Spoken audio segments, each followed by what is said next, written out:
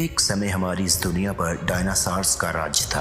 वे चलते थे जैसे कि हम चलते हैं, इसी हवा में सांसें ली, इसी धरती पर लड़ाइयाँ लड़ी।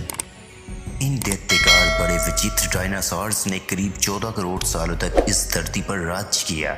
इन डायनासॉर्स की कई प्रजातियां थीं। इनमें से कुछ शाकाहारी थे और कुछ मांसाहारी, और कुछ डायनासॉर्स तो बहुत ही शांत स्वभाव के थे। वहीं कुछ डायनासॉर्स बहुत ही हिंसक और खतरनाक थे। ये उस समय के सबसे सफल जीव थे, लेकिन फिर अचानक ऐसा क्या हुआ? आखिर वो कौन सी घटना थी जिसने इनका नामो निशान ही मिटा दिया? और शायद कि उसे जानने के लिए हमें लाखों और करोड़ों साल पीछे जाना होगा और डायनासॉर्स के इस अंतिम दिन को करीब से देखना होगा। तो आइए चलते हैं आज से 65 मिलियन साल यानी कि 6 करोड़ 50 लाख साल पीछे। आज से करीब 6.5 करोड़ साल पहले मौसम सामान्य था, खुशगवार था। चारों ओर सूरज की रोशनी बिखरी हुई थी, लंबे लंबे पेड़ों से टकराती समुद्र की ठंडी हवाएं और चारों तरफ डायनासॉर्स के चिल्लाने और चिंगारने की आवाजें।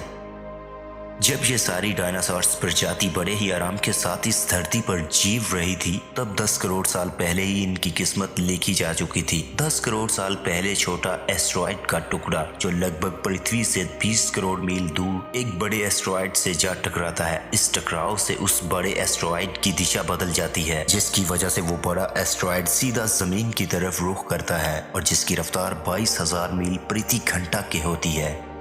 जब यह एस्टेरॉयड पृथ्वी से 3,84,000 किलोमीटर की दूरी पर था, तब धरती से शायद डायनासॉर्स का अंत ना होता अगर ये एस्टेरॉयड का टुकड़ा कहीं किसी तरीका से जमीन की तरफ बढ़ता हुआ चांद से टकरा जाता। लेकिन किस्मत को शायद कुछ और ही मंजूर था, इसलिए ये बड़ा एस्टेरॉयड चांद के बहुत करीब से गुजर गया। ये एस्टेरॉयड बहुत ही तेज रफ्तार के साथ जमीन के ओर बढ़ रहा था और जब यह पृथ्वी के ज्यादा करीब आ गया था तो इसकी रफ्तार 70,000 किलोमीटर प्रति घंटा हो चुकी थी और कुछ ही देर बाद अपनी उस तेज तरीन रफ्तार की वजह से ये एस्टेरॉयड एक आग के भयंकर गोले की शक्ल इख्तियार कर चुका था। कहते हैं कि ये जमीन की ओर इतनी तेजी के साथ बढ़ रहा था कि इसने अटलांटिक ओशन को 4 मिनट में पार कर लिया था और इसकी चमक इतनी अधिक थी कि धरती पर टकराने से पहले ही हजारों जीव और डायनासॉर्स इस आग के दहकते हुए गोले को देखकर अंधे और इसकी भयंकर आवाज से बहरे हो चुके थे। ये सभी जानवर शिद्दत भरी गर्मी को महसूस कर रहे थे। कुछ ही देर बाद ये एस्टेरॉयड मैक्सिको की खाड़ी के पास जमीन से टकराता है और लगभग 35,000 डिग्री सेल्सियस की ऊर्जा वाला भयंकर विस्फोट होता है। इस टकराव का विस्फोट लगभग 10 हाइड्रोजन बम के विस्फोट के बराबर था। यह विस्फोट इतना शक्तिशाली था कि इसके टकराते ही धरती की लाखों टन धातु अंतरिक्ष में चली गई।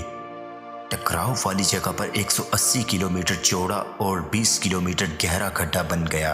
विस्फोट के कारण इस गड्ढे का सारा मेटल और पत्थर सब आसमान में बड़े बादल की तरह बदल गए। 16 मिनट 40 सेकंड के बाद जमीनी टकराव की वजह से धरती के अंदर चारों ओर और समुद्र में लहरें उठने लगी और वो एक बड़े दर्जे का फ्लड बन चुका था। और दूसरी तरफ इन्हीं जमीनी लहरों की वजह से आतिशफिशा ज्वालामुखी को दहका दिया, जिसके कारण डायनासॉर्स का विनाश शुरू हो गया। इस भयानक विस्फोट में रेडिएशन की मात्रा इतनी बढ़ चुकी थी कि इसके 800 किलोमीटर दायरे में आने वाले सभी जीव और डायनासॉर्स जलकर पूरी तरह राख के ढेर बन चुके थे।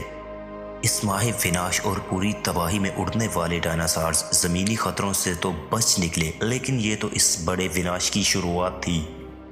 मगर उस विस्फोट की वजह से लाखों टन मेटल, पत्थर और धूल जो अंतरिक्ष में गया था, वो ग्रेविटेशनल के पुल के कारण ठीक 40 मिनट बाद आग के गोले के रूप में पूरी धरती पर बरसने लगे और साथ ही धूल का एक बहुत बड़ा तूफान 6,000 किलोमीटर प्रति घंटा की रफ्तार से पृथ्वी की दूसरी तरफ मौत लेकर आ रहा था।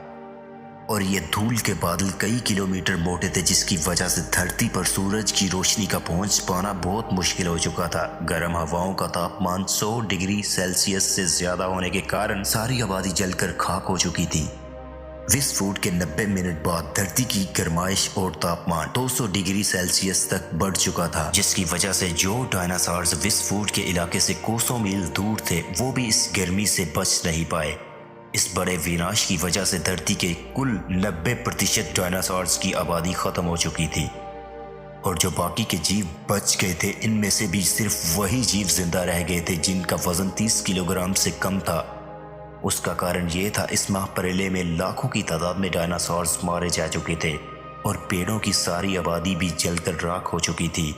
और जो 10% बड़े और छोटे डायनासोर्स बच गए थे वो सभी भूख के मारे मर गए थे, क्योंकि उस भयंकर तबाही की वजह से सब कुछ जलकर राख हो चुका था और उन बड़े जीव के लिए इतनी मिकदार में खाना भी मौजूद नहीं था।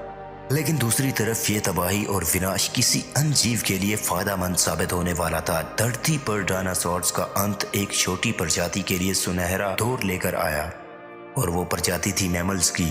मैमल्स क्या थे, कैसे बच गए इस बड़ी तबाही से? डायनासोर्स के अंत के बाद इंसान कैसे और कहां से आए?